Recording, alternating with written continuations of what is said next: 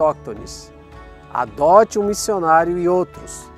E ainda temos o desafio de enviar novos missionários para Albânia, Angola, Bolívia, Espanha, Guiné-Bissau, Inglaterra, Peru, Portugal, República Dominicana, Timor-Leste, Togo e outros campos do Senhor. Conclamamos cada pastor, igreja da CBN e irmãos a envolverem-se efetivamente na... Boa noite, amados igrejas, amados irmãos, querida igreja. Isso é para economizar a palavra, né?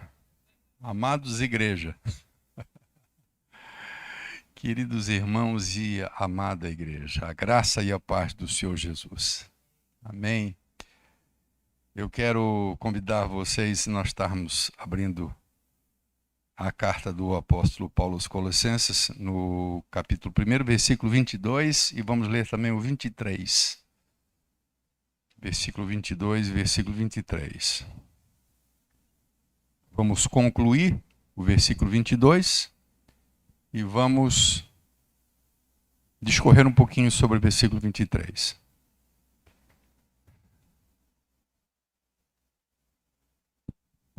Agora, porém, vos reconciliou no corpo da sua carne. Quer dizer, agora, porém, Cristo, né, vos reconciliou no corpo da sua carne. Por intermédio da sua morte, ou mediante a sua morte, para vos apresentar para Ele mesmo, santos, inculpáveis e irrepreensíveis. Versículo 23, olha a atenção. Se é que permaneceis na fé. A gente passa por cima disso e aqui tem uma coisa interessante que nós vamos falar um pouquinho sobre isso depois, na segunda parte. Quer dizer, Ele vos reconciliou, Ele fez tudo isso, se é que vocês estão firmes na fé. Se é que vocês não voltaram atrás, se é que vocês não negaram a Cristo, se é que vocês não desistiram de Deus. Alicerçados,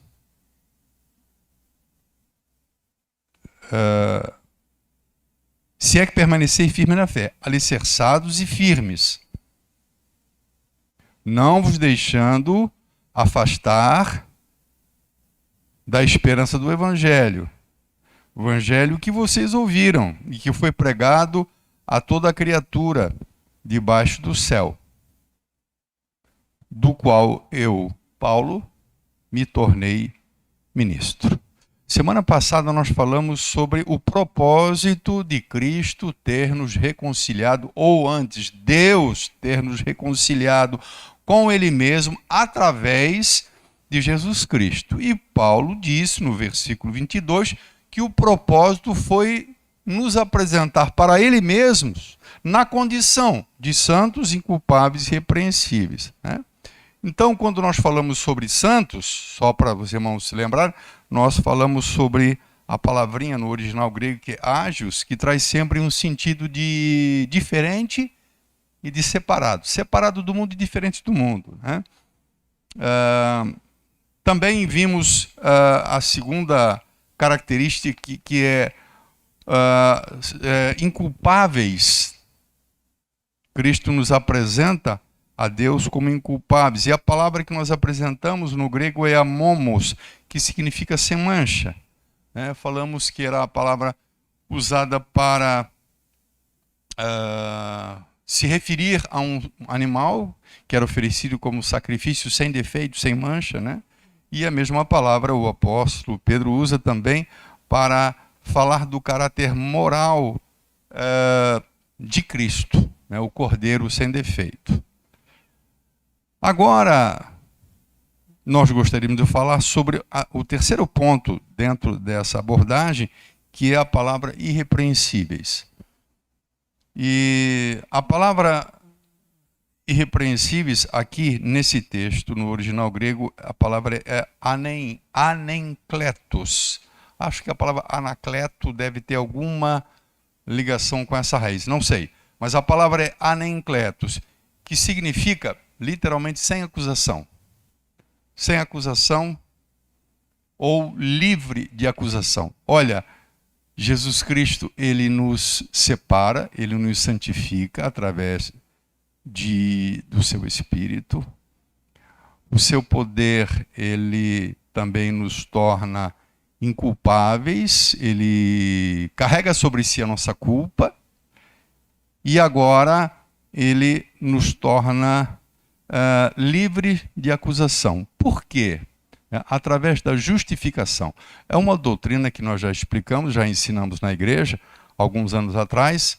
A doutrina da justificação é justamente a doutrina que ensina a nossa condição de inocência, de inocente, de não culpado, uma vez que alguém assumiu a nossa culpa. Se alguém assume a nossa culpa, né, nós nos tornamos, então, livres de acusação. Quem é que pode ser acusado de alguma coisa se não existe culpa sobre ele? Né? Então, Jesus Cristo, ele nos justifica, ou Deus, através de Cristo, nos justifica. A palavra justificação, ela tem uma abordagem forense, de fórum, de um tribunal, onde o juiz ouve todas as provas, ouve as partes, e depois o juiz, ou o júri, né, declara o réu culpado ou inocente. Então é um termo bem jurídico. A palavra justificação na teologia é isso. Deus no seu tribunal diz: Romualdo é inocente. Então Romualdo está sendo justificado. Por quê? Porque Cristo assumiu a culpa no lugar dele. Então, o pecado dele é lançado sobre Cristo, a culpa é sobre Cristo, ele é declarado aos olhos de Deus inocente. Isso é ser justificado. A Bíblia diz na lei que os juízes deveriam condenar o culpado, e a palavra era bem essa, e justificar o inocente. Né? Então, justificação é uma declaração de isenção de culpa. Ele não é culpado. Nós sabemos que nós cometemos muitos pecados, que nós erramos. Sim, na realidade nós éramos culpados. Mas Cristo, ele então, com a sua morte, por isso que é o texto 22, com a sua morte, ele nos apresenta diante de Deus santos, inculpáveis e irrepreensíveis. Né? O fato de nós termos sido justificados por Deus, e a palavra aqui é anencleto, livre de acusação, ela se dá especialmente pelo fato de que o diabo, sua grande atividade diante de Deus para com os homens era o papel de quê? De acusador. A Bíblia diz que ele é o acusador. Nós podemos pegar alguns textos, e não o faremos agora, onde nós vemos ele nessa condição de acusar diante de Deus, né, os homens. Como Cristo, ele assume o nosso pecado e a nossa culpa, ele perde todo o chão. Ele não tem mais base para acusar nós diante de Deus. Mas é bom que a gente saiba, por isso é importante a gente conhecer o que Cristo fez por nós através do seu sangue, porque ele de uma maneira sorrateira, ele vai tentar colocar na cabeça das pessoas que as pessoas são culpadas, que as pessoas são pecadoras, que as pessoas não são dignas de Deus, especialmente quando a gente comete um pecado mais grave. Então, ele não se atreve mais a nos acusar diante de Deus, porque ele é inteligente e sabe que Deus nos justificou. Né? Nos justificou. A Bíblia diz, só para você entender a profundidade disso, lá em Romanos capítulo 8 e versículo 33, é um texto que todo mundo conhece, muitas pessoas cantam, existem muitas canções do cancioneiro evangélico que fala disso, mas do que será que Paulo está falando? Quem intentará acusação contra os eleitos de Deus?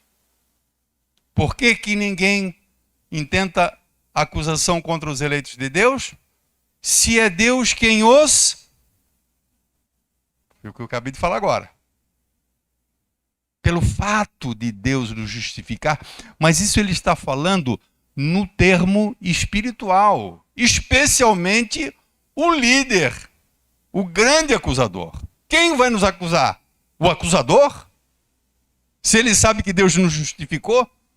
Por isso o termo anencleto cabe aqui, porque essa é a tradução, sem acusação ou livre de acusação. Livre de acusação.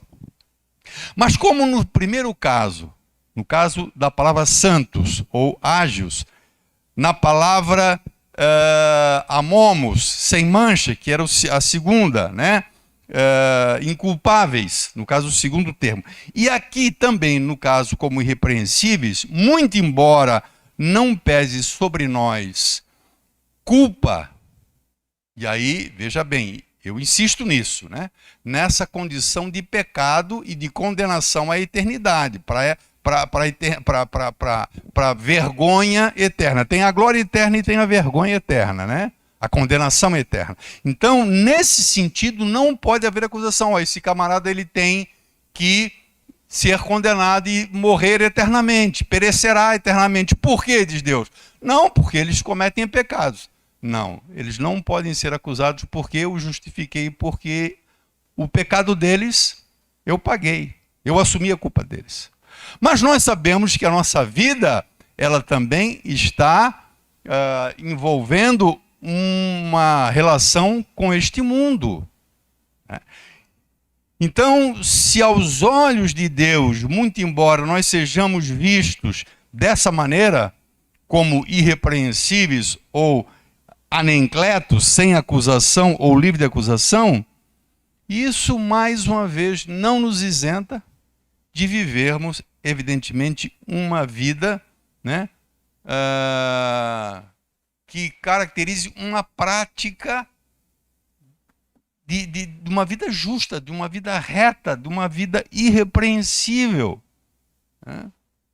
Nós somos livres de acusação por aquilo que Cristo nos fez, mas nós podemos ser e até justamente acusados por este mundo e até sofrermos, como disse já em outra oportunidade, até cumprirmos pena, porque furtamos, porque mentimos, porque, enfim, extorquimos.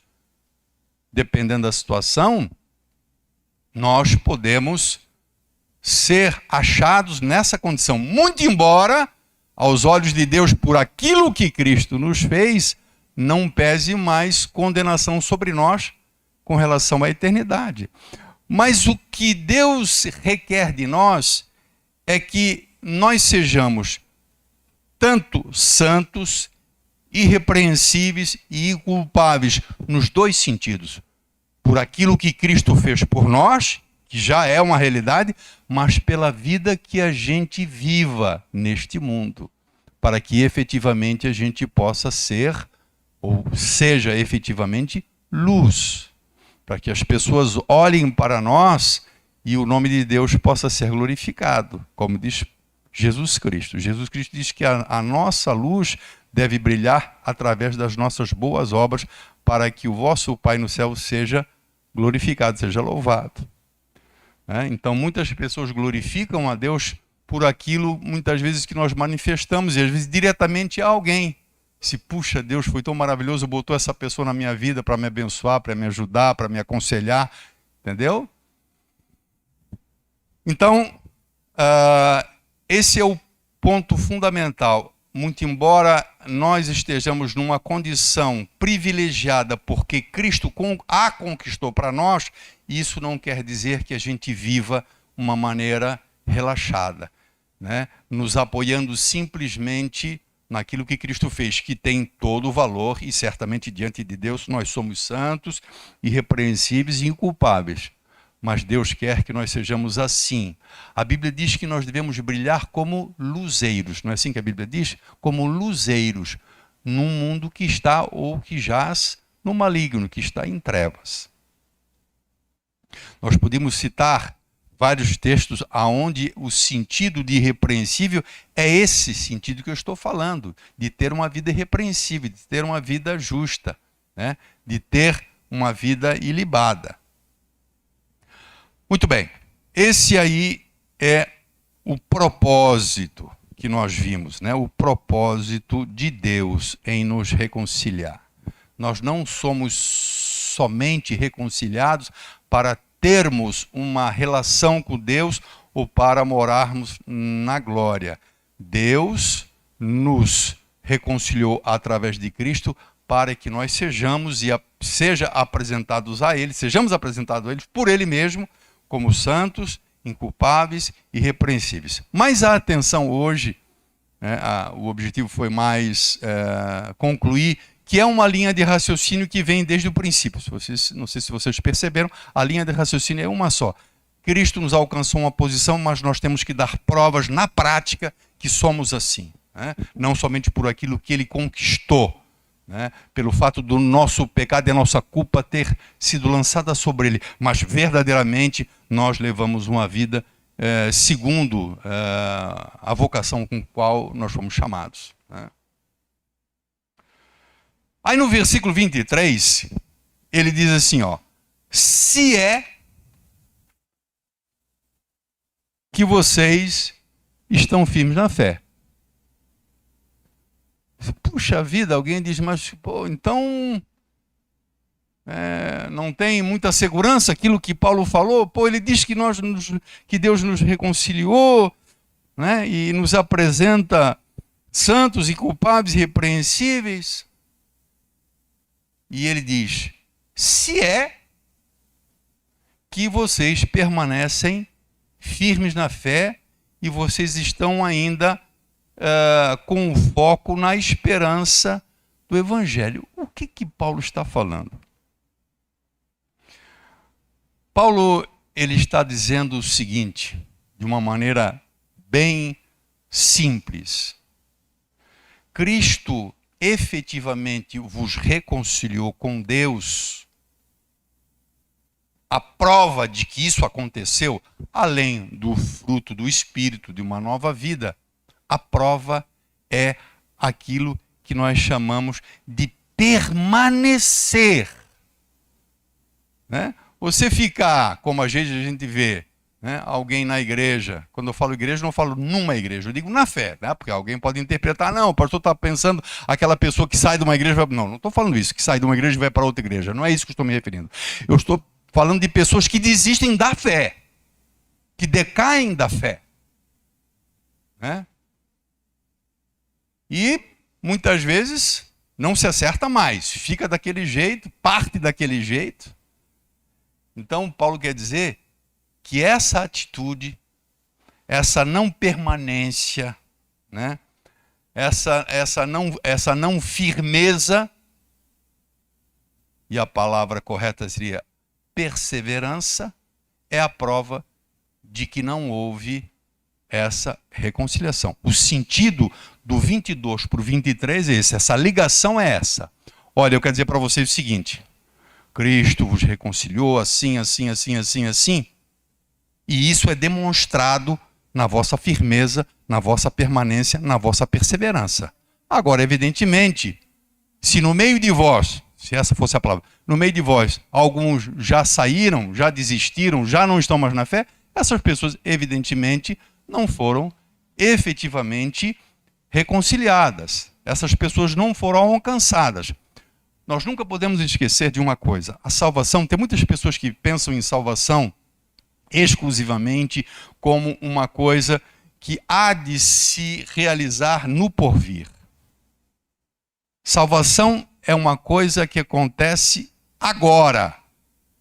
Jesus Cristo, quando fala a respeito das suas ovelhas, ele não diz, eu darei para eles a vida eterna. Ele diz, eu dou para eles. Eu dou para eles a vida eterna.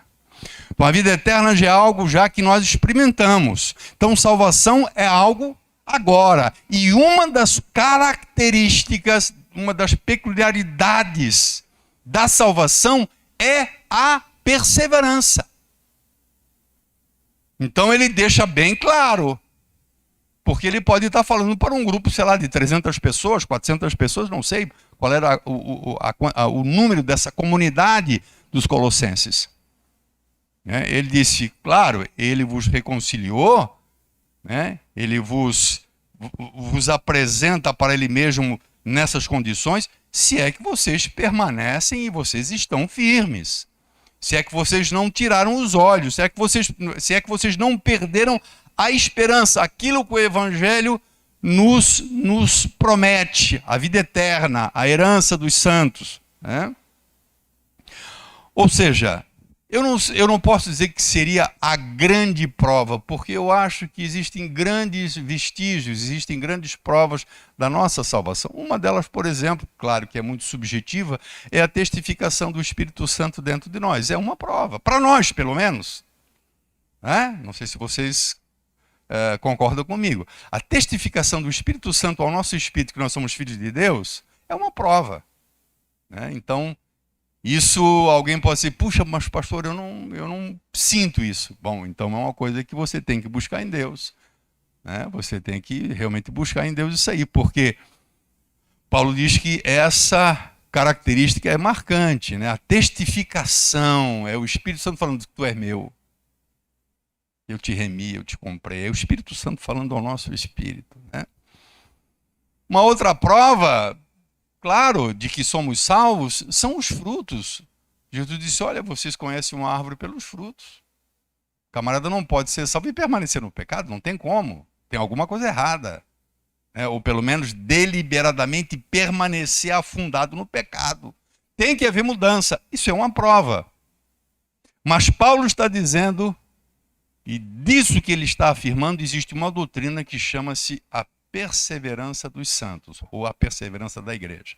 Então isso é um privilégio e uma característica da igreja, perseverar até o fim. A pessoa pode, por algum tempo, se entristecer com lideranças, com a igreja, pode se entristecer com muitas coisas que estão envolvidas no congregar. E as pessoas, por algum tempo, até não congregar. E ninguém pode julgá-las, que elas não sejam de Deus. Elas podem passar por um tempo de descontentamento. Mas, quando Paulo diz que se é que vocês permanecem na fé, alguém pode distorcer dessa maneira, pois é, pastor, fulano não está mais. Não significa obrigatoriamente que ele tenha decaído da fé. Então nós estamos aqui com um alvo naquela pessoa que desiste de Deus.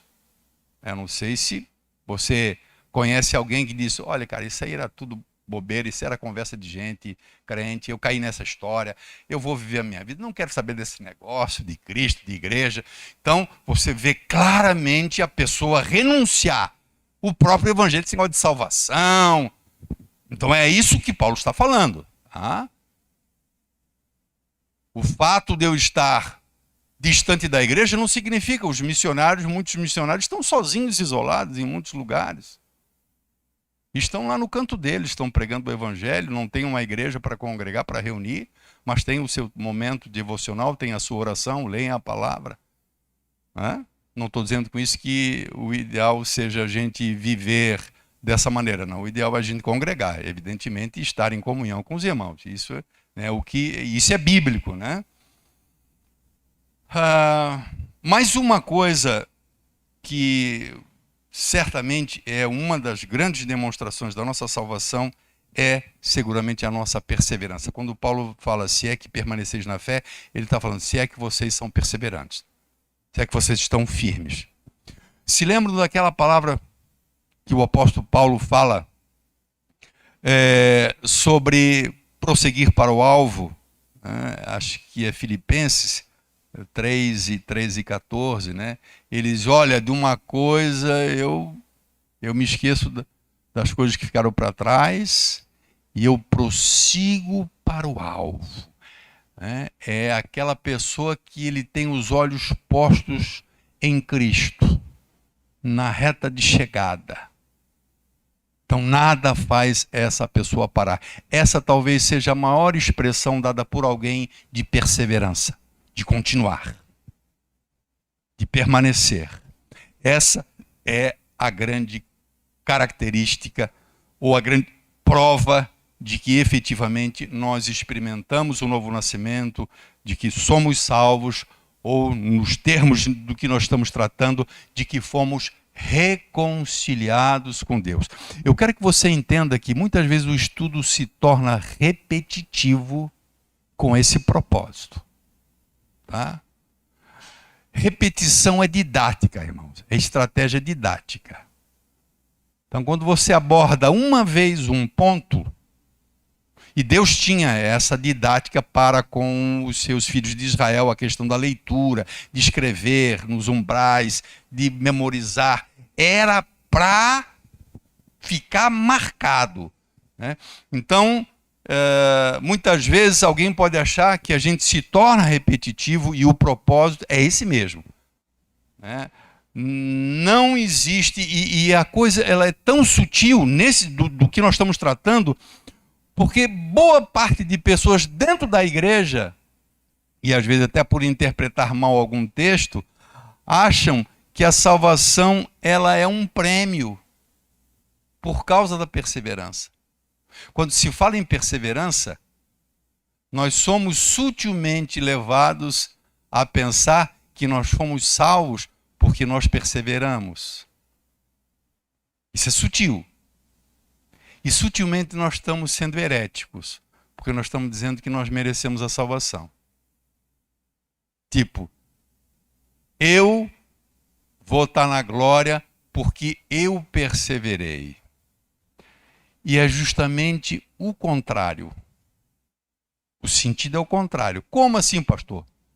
Por eu ser salvo, por Cristo ter me alcançado, ter me dado um novo coração, por isso eu vou perseverar. Veja que é sutil isso. A Bíblia diz que aquele que perseverar até o fim será salvo. Esse salvo, ele está se referindo à concretização, mas a salvação é já. Então, não é que nós somos ou seremos salvos porque nós vamos perseverar. Ao contrário, porque nós já somos salvos, nós haveremos de perseverar. Então, Paulo pode dizer tranquilo, Cristo fez isso por vocês, vos reconciliou, vos deu um novo coração, vocês são santos e inculpáveis, se é que vocês permanecem. Então, a grande testificação contra essa realidade é a desistência. É a desistência. Né?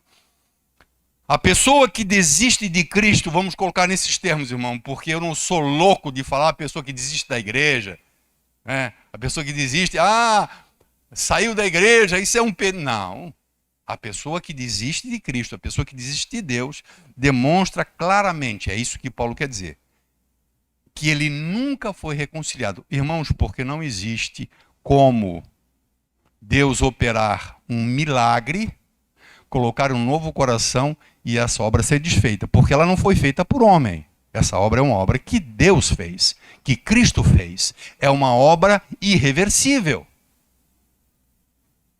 Mas existem vestígios, e um dos vestígios é isso. Por isso que Paulo fala, se é que vocês estão firmes.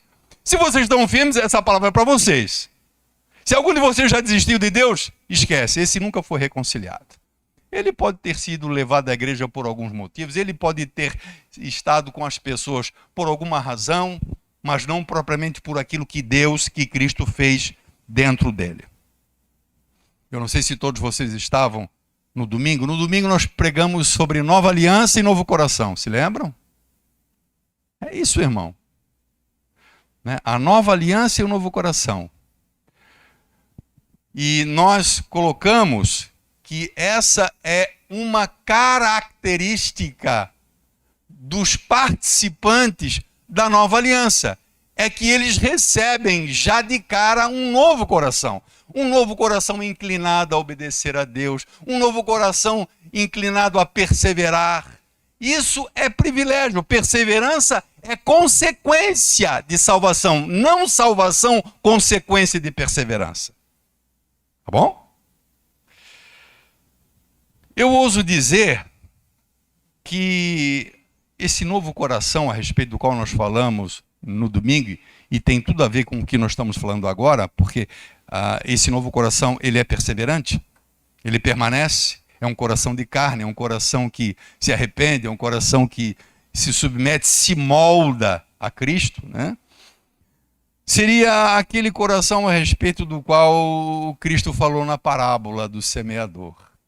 Veja que lá nós vemos quatro situações. Uma nem deu para começar porque é aquela semente que caiu à beira do caminho, né? Nem chegou a germinar e veio lá a ave e tomou a semente. Mas existem duas situações que você vê um começo, mas você vê o quê? Uma interrupção. Não existe uma continuidade. Naquela parábola do semeador, se nós formos e dar uma olhada nessa parábola, o detalhe é justamente esse a respeito do que Paulo está falando. A semente que caiu no solo pedregoso, o que aconteceu? Tinha pouca raiz, veio o sol, e o que aconteceu com a planta? Morreu a planta, secou. O outro caiu no meio do espinho. Germinou, veio o espinho, sufocou. O que aconteceu? Morreu. Então o sentido aqui é a interrupção. Não é uma coisa que continua e frutifica. Mas ele diz que tem uma parte da semente que cai em terra boa, em solo bom. Coração novo. Coração regenerado, coração transformado. Esse frutificou. 30, 60 para 1, se lembram? Então, essa parábola, ela fala muito nesse sentido, né, do que Paulo também falou. Vocês desistiram ou vocês estão firmes ainda? Vocês estão dando demonstração que vocês foram reconciliados? Como, Paulo? Como? Estão firmes ainda? Estão com aquela esperança ainda do que Deus prometeu na eternidade através do Evangelho, a esperança da glória? Vocês permanecem? Permanecemos. Então está certo. Então é isso aí, né? Existe, quando a gente fala sobre perseverança, né? Por isso que a obra de Deus é maravilhosa, irmão. A obra de Deus, ela, do começo ao fim, ela tem o grande crédito sempre será dado a Deus. Porque se algum crédito foi dado ao homem, né, então toda a glória e todo o louvor não será dele. Mas nós simplesmente correspondemos àquilo que ele fez em nós. Então até a nossa perseverança, né, é uma consequência dessa obra maravilhosa, chamada salvação, que se dá já e que manifesta vestígios, frutos. Quando Jesus Cristo, lá no Evangelho de João, capítulo 10, eu podia, se eu quisesse gastar muito tempo só sobre perseverança, falar sobre perseverança, o que é perseverança, biblicamente falando, ou teologicamente falando, nós poderíamos abordar muitos textos. Mas eu vou só abordar algumas coisas que normalmente as pessoas passam por cima, leem assim e não conseguem captar o verdadeiro sentido do texto. João capítulo 10 e versículo 27. O versículo 26, Jesus Cristo diz assim para algumas pessoas que estavam ouvindo e evidentemente o resistiam e não criam nele, não criam na sua palavra. Ele disse assim no versículo 26 do capítulo 10 de João: vocês não credes, mas vós não credes, vocês não creem, porque vocês não sois das minhas ovelhas. Vocês não creem, porque vocês não fazem parte do meu rebanho. A característica do meu rebanho, além de perseverança, é a fé. Vocês não creem, porque vocês não fazem parte do meu rebanho. 27. As minhas ovelhas ouvem a minha voz, eu as conheço e elas me seguem. Ele está falando aqui, irmãos, sobre convite à salvação. Ele está falando sobre os eleitos. Ele disse um dia assim, olha, eu tenho outras ovelhas que não são desse aprisco. Ele já estava antevendo aqueles que iam ouvir o evangelho e iam crer, porque eles diziam, aquelas são minhas ovelhas. Ele diz, as minhas ovelhas ouvem a minha voz, ou a voz do meu espírito, o meu chamado, e atendem. São os escolhidos. Elas me seguem. 28. Olha só o que eu falei há pouco. Eu disse que ele não disse, eu lhes darei a vida eterna. Ele disse, eu lhes dou a vida eterna. Eu lhes dou. Depois ele diz o quê? Jamais perecerão. Ah, mas foi Jesus que disse isso mesmo? Foi. Será que Jesus fala a verdade? Ele é a verdade. Ele disse que as ovelhas deles, aqueles que seguem, aqueles que são dele, jamais perecerão. Eles vão até o fim. Isso quem está dizendo é ele. E muitas vezes as pessoas leem esse texto e não entendem isso. Na verdade não entendem e não se preocupam em saber o significado. E ele diz mais, ninguém as arrebatará da minha mão. Essas pessoas que somos nós, estamos nas mãos do Senhor e ninguém pode nos tirar do Senhor. Paulo fala de uma outra maneira, e nós vamos ler o texto, né? Quem nos separará do amor de Deus em Cristo Jesus? Quem pode nos separar? Ou, nos termos que nós estamos falando, quem pode nos fazer parar? Quem pode? Pai, mãe, cônjuge, patrão, os amigos? Ele está dizendo que ninguém. Ah, mas pastor, eu vejo quantas pessoas que servem a Deus depois desistiram de servir porque por pressão de alguém. É o que nós estamos vendo ali em Colossenses 1 e 23. Se é que vocês permanecem. O sinal que vocês foram reconciliados é que vocês permanecem. Parece ser assim, pá, isso é uma explicação muito cômoda. Mas é a verdade. A grande prova dos salvos é a perseverança, a permanência. Aquilo que meu pai me deu, ele está falando das ovelhas, porque as ovelhas são dadas pelo pai ao filho. Aquilo que o pai me deu é maior do que tudo. E da mão do meu pai ninguém pode arrebatar. Ele diz, ninguém pode tirar elas da minha mão. E depois diz, ninguém pode tirar elas da mão do meu pai. Eu e o pai somos um. Aqui está, né, o sentido dessa palavra é esse. Jesus disse, eu tenho ovelhas. Quando eu chamo, elas atendem, elas vêm, me seguem. Esse chamado, irmãos, é literalmente o chamado do Evangelho. Jesus fez isso algumas vezes. Me siga, venha após mim, eu te fazer, né? Vou te fazer pescador de homens. Mas esse chamado, ele é continuado especialmente pelos apóstolos, pelos evangelistas. O evangelho que foi pregado, esse é o chamado do Senhor. Então os eleitos, o sentido disso, os eleitos, os escolhidos, eles vão ouvir e vão atrás, vão seguir. E ninguém pode fazer eles parar, nada. Por isso que Paulo fala em Romanos 8, 35.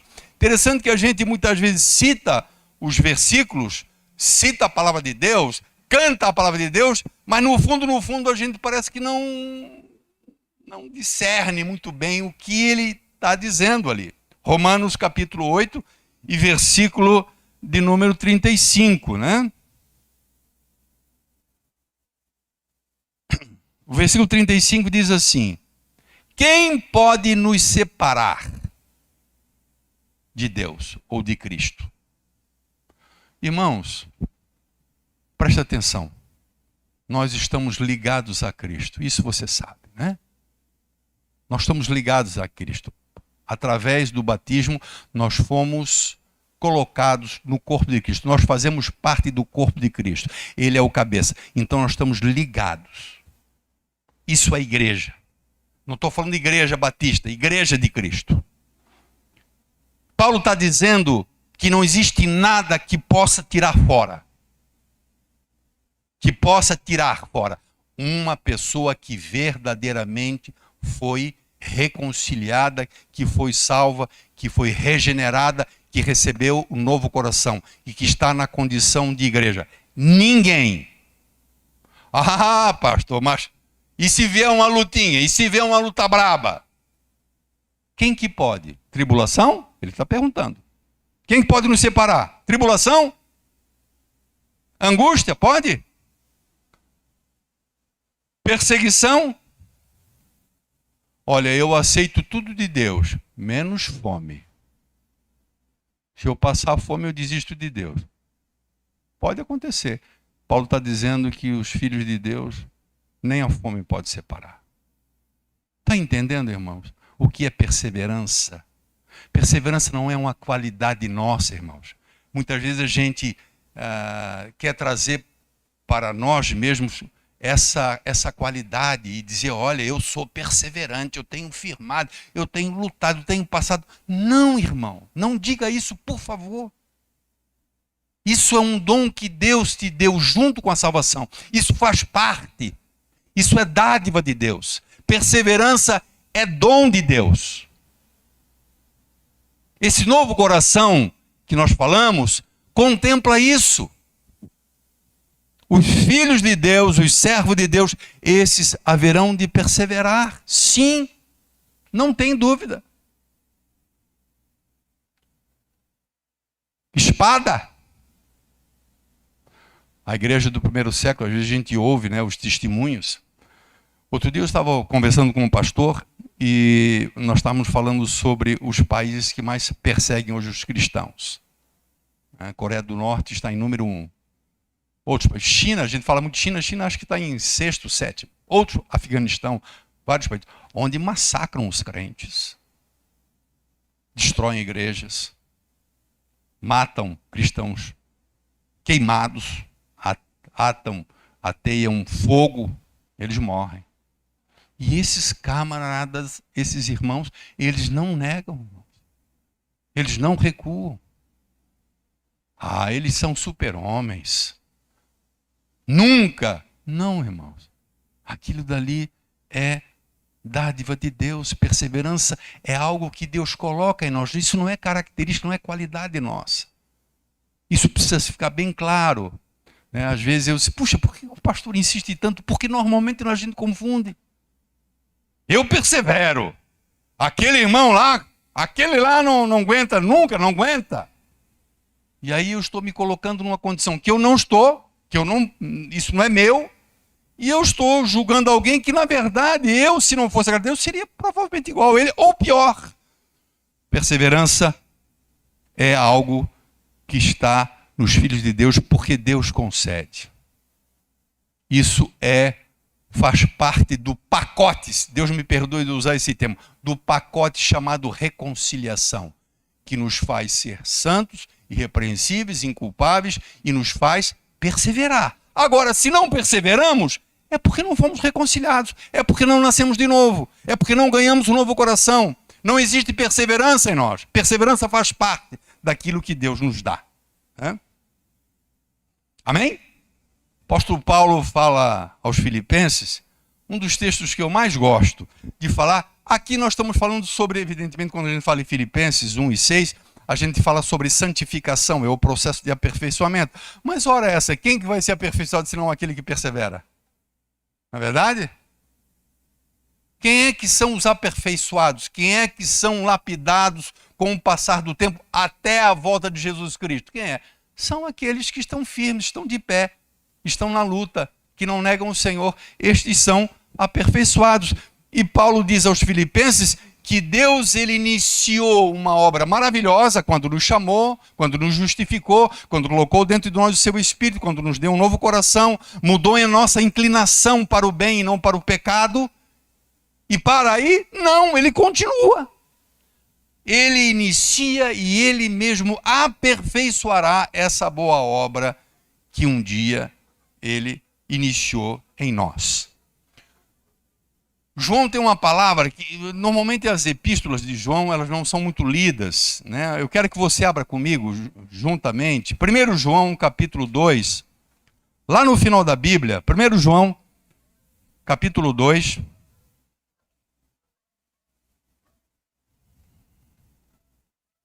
versículo 18.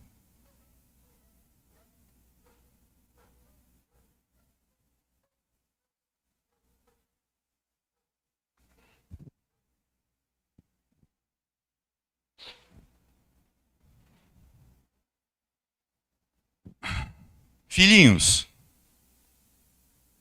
já é a última hora, quer dizer, já estamos no tempo do fim. E como ouvistes que vem o anticristo, também agora muitos anticristos têm surgido.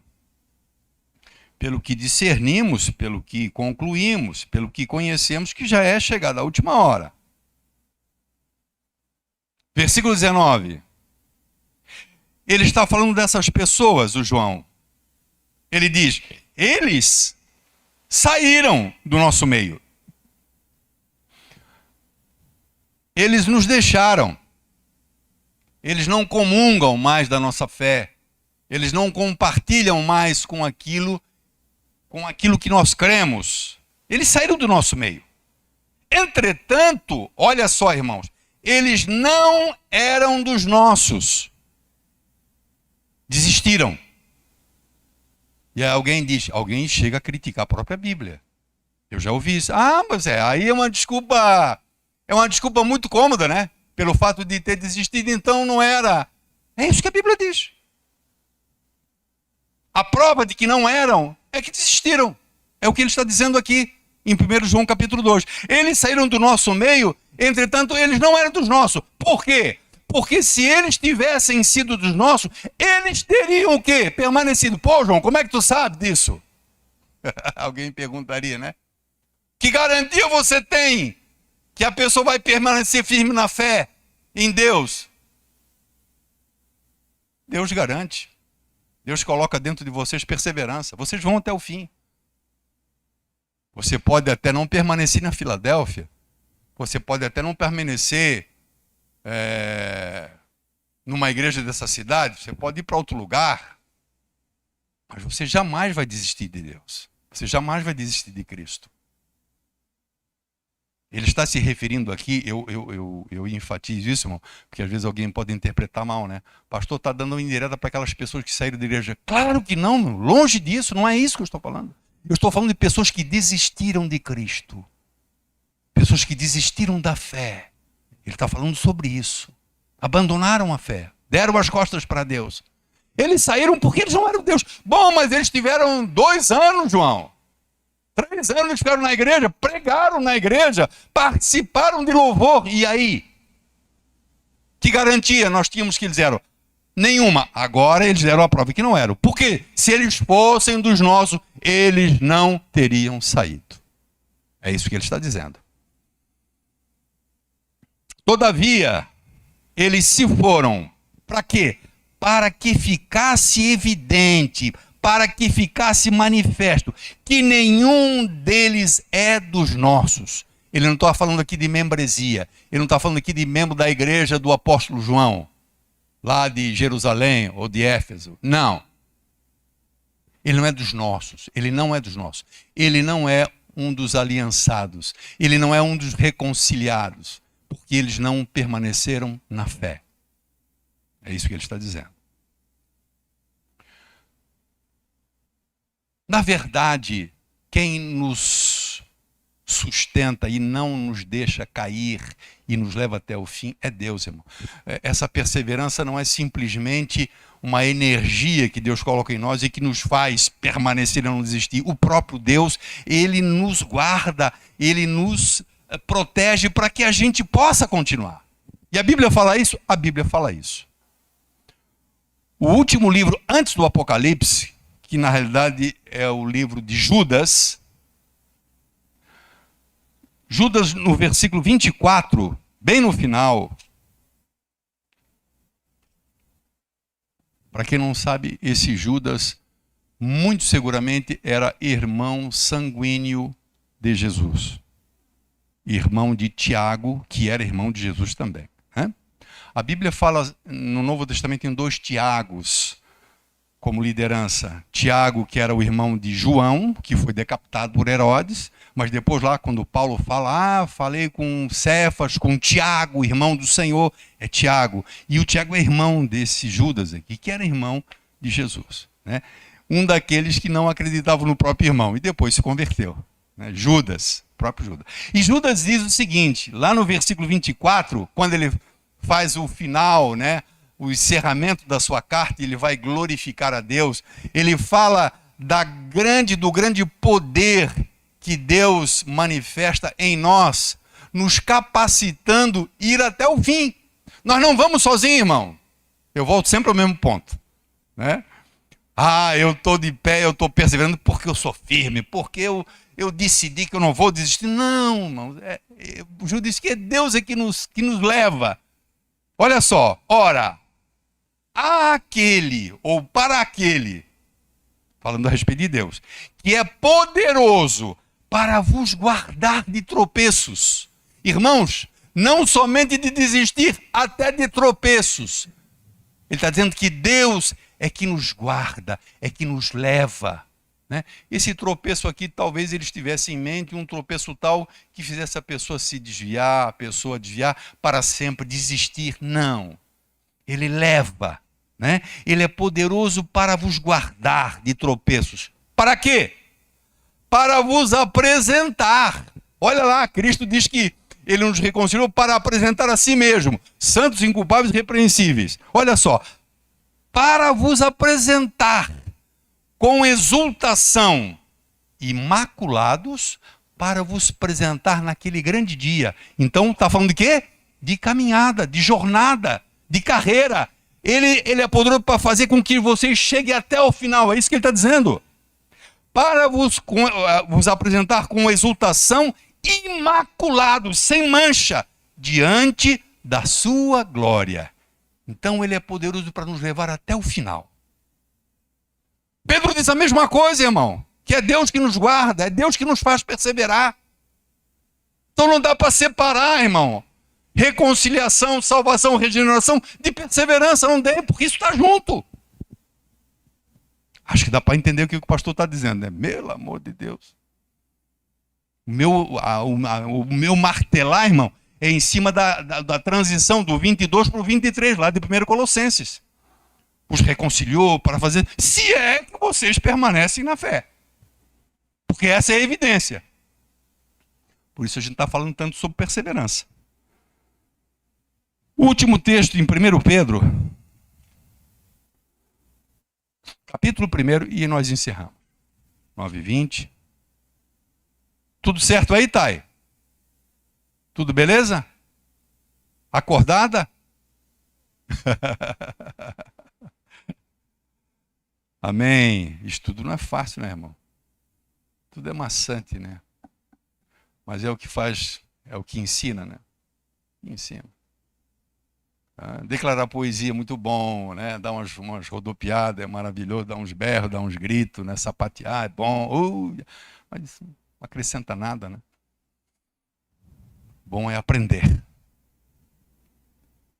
1 Pedro, capítulo 1, versículo de número 3. Bendito é o Deus e Pai de nosso Senhor Jesus Cristo, que pela sua muita misericórdia, nós não merecíamos. Pela sua muita misericórdia. Deus teve misericórdia, irmão.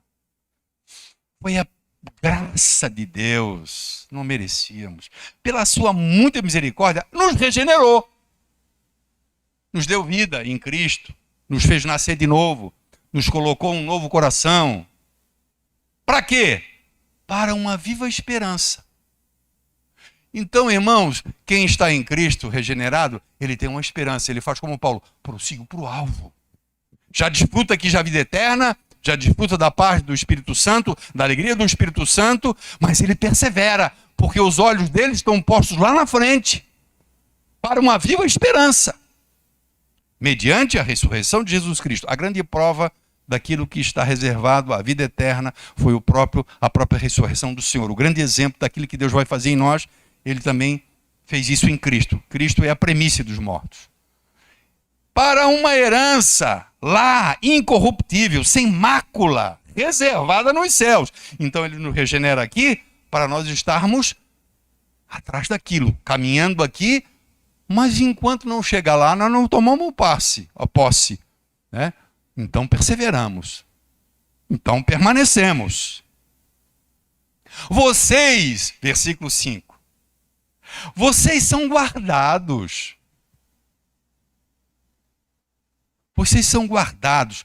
Judas disse que ele é poderoso para nos guardar de todo tropeço.